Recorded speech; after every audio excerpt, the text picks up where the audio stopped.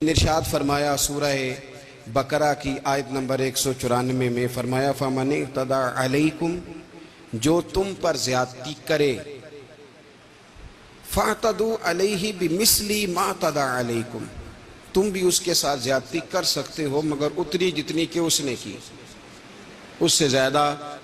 और ये भी कानून के दायरे में रह के तुम उस पर मुकदमा कराओगे, हुकूमत वक्त के पास जाओगे, खुद जज बनने की इजाजत नहीं है। उतनी ज्यादती करोगे जितनी किसी ने तुम्हारे साथ की। और आगे जो लफ्ज है वो और मजेदार है, फरमा वत्तकुल्लाह, इसमें भी अल्लाह से डरना।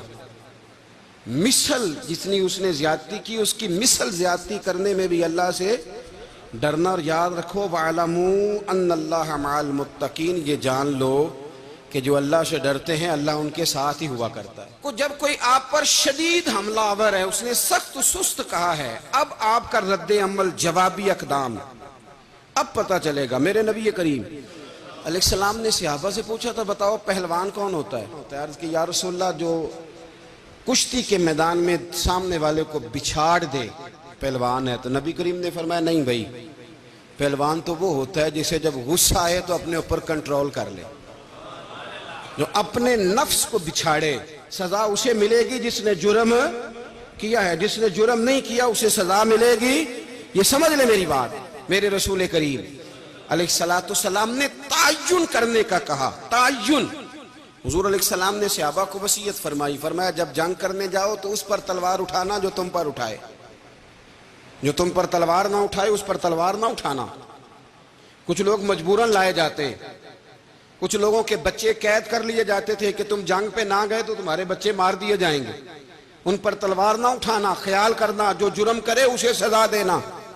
हजरत उसामा बिन ज़ैद रदी अल्लाह ताला अन्हु फरमाते हैं, हम जिहाद करने गए, एक शख्स पर मैंने तलवार उठाई और जब मैं उसे कत्ल करने लगा तो बोल पड़ा, कहने लगा ला इलाहा इल्लल्लाहु मुहम्मदुर रसूलुल्लाह सल्लल्लाहु अलैहि वसल्लम। फरमाते मैंने उसे कहा कि अब जान छुड़ाने के लिए कलमा पढ़ते हो,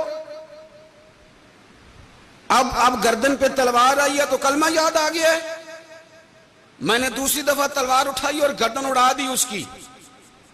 फरमाते मैं मदीना शरीफ हाजिर हुआ, या रसूल अल्लाह सल्लल्लाहु तआला अलैहि वसल्लम, मैंने आज अजीब मंजर देखा, एक आदमी मेरे काबू में आ गया तलवार की जद में, और जब मैं मारने लगा तो उसने कलमा पढ़ना शुरू कर दिया।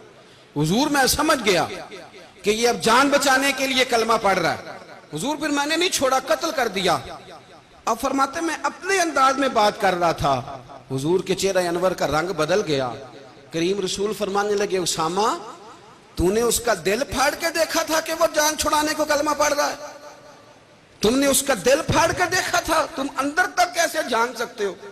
तुम्हें कैसे पता चला कि ऊपर ऊपर से पढ़ रहा है? फरमाया वो कलमा पढ़ रहा था तो तुम्हें छोड़ देना चाहिए था, इसलिए कि जो कलमा पढ़ ले, जब उसका कलमा अल्लाह रसूल कबूल करते हैं तो तुम क्यों नहीं कबूल करते? मैं छोड़ देना चाहिए। जिसकी जितनी गलती होगी टटोला जाएगा। सजा मुजरिम को मिलेगी, मुजरिम की मां को नहीं मिलेगी। सजा मुजरिम को मिलेगी, मुजरिम के बाप को नहीं मिलेगी। सजा मुजरिम को मिलेगी, उसके बहन भाइयों को कभी ताना भी नहीं दिया जाएगा कि तुम्हारे बाप ने यह जुर्म किया था, कभी तज़किरा भी नहीं किया जाएगा। जिसका जुर्म होगा सजा भी सिर्फ उसे मिलेगी, दूसरे को सजा। और उसमें भी आप देखेंगे कि उसने जुर्म क्यों किया।